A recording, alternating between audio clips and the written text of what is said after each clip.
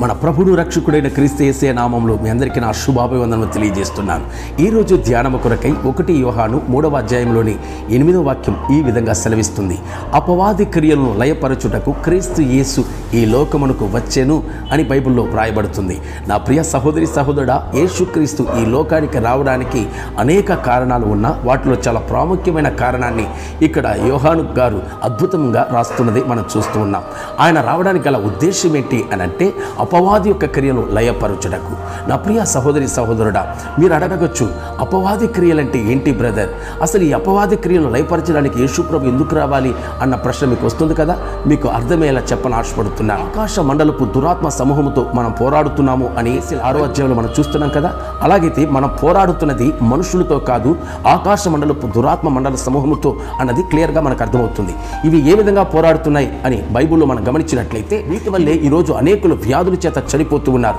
వీటి వల్లే అనేకులు ఆత్మహత్య చేసుకుని చనిపోతున్నారు. వీటి వల్లే అనేకులకు పిల్లలు లేని పరిస్థితులు ఉన్నాయి. అప్పుల సమస్యలతో కృంగిపోతున్నారు. పాపపు బంధకాలు చిక్కుకుపోతున్నారు. వీటన్నిటి నుంచి ఒక విడుదల కలగాలంటే అపవాది యొక్క క్రియలు, ఆకాశ మండల దురాత్మిక సమూహం యొక్క క్రియలు లయపరచబడాలి. వీటిని లయపరచడానికి యేసుక్రీస్తు మానవుడిగా పుట్టాడు.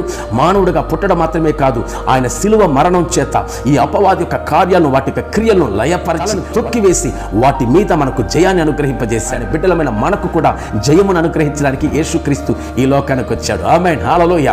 పాత నిబంధన గ్రంథంలో మీరు గమనించినట్లయితే దయ్యమును వెళ్ళగొట్టడం కావచ్చు, ఆది కార్యాలను ఎదిరించడం కావచ్చు, మీరు ఎక్కడైనా చూసారా? ఎక్కడ మీరు చూస్తున్నారు? ఒకవేళ దావీదు సౌలులో ఉన్న దురాత్మను వెళ్ళగొట్టాడు అన్నది కూడా ఎలా ఉంటుంది అంటే, దావీదు సితారను వాయించినప్పుడు సౌలులో ఉన్న దురాత్మ వెళ్ళును అని ఉంటుందే కానీ, దావీదు సౌలు మీద చేతుల నుంచి ప్రార్థన చేసినట్లు కానీ, సౌలులో ఉన్న దురాత్మను వెళ్ళగొట్టినట్లు కానీ ఎక్కడ వ్రాయబడదు. పాత నిబంధన గ్రంథంలో సాతాను వెళ్ళగొట్టే అద్భుతమైన అధికారము ఎవరికి ఇవ్వబడలేదు. కానీ యేసుక్రీస్తు యొక్క శిలువ మరణం ద్వారా మనకు ఆ అధికారం ఇవ్వబడింది. హల్లెలూయా.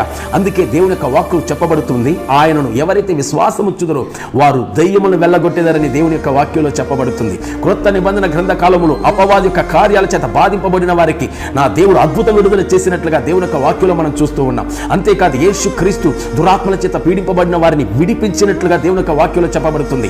ఆయన యొక్క శిష్యులుగా ఉన్న అందరూ కూడా దేవుని యొక్క నామములు దురాత్మల చేత బాధింపబడిన వారికి విడుదల కలిగజేసినట్లుగా దేవుని యొక్క వాక్యంలో చెప్పబడుతుంది. ఈ రోజు దేవుని ఒక శుభవార్త చెబుతున్నాడు. ఎదుగో సర్పములు, తేళ్లు, చురుకుడుకు సకల అధికారం మీకు అనుగ్రహింపబడి ఉన్నది, ఏది మీకు ఎంత మాత్రం హాని చేయదని ఒక అద్భుతమైన అధికారం దేవుడు మీకు అనుగ్రహించి ఉన్నాడు. హల్లెలూయా. అందుకే యేసుక్రీస్తు ఆ అథారిటీ, ఆ మహిమను మనకి ఇవ్వడానికి యేసుక్రీస్తు మానవుడిగా పుట్టాడు, తన ప్రాణాన్ని పెట్టాడు. ఆయన ప్రాణము పెట్టడం ద్వారా సాతాను తలను నలిపివేశాడు, విజయాన్ని మనకు అనుగ్రహింపజేశాడు, అపవాది మీద జయాన్ని మనకు అనుగ్రహింపజేశాడు. God bless you. దేవుడు దీవించును గాక.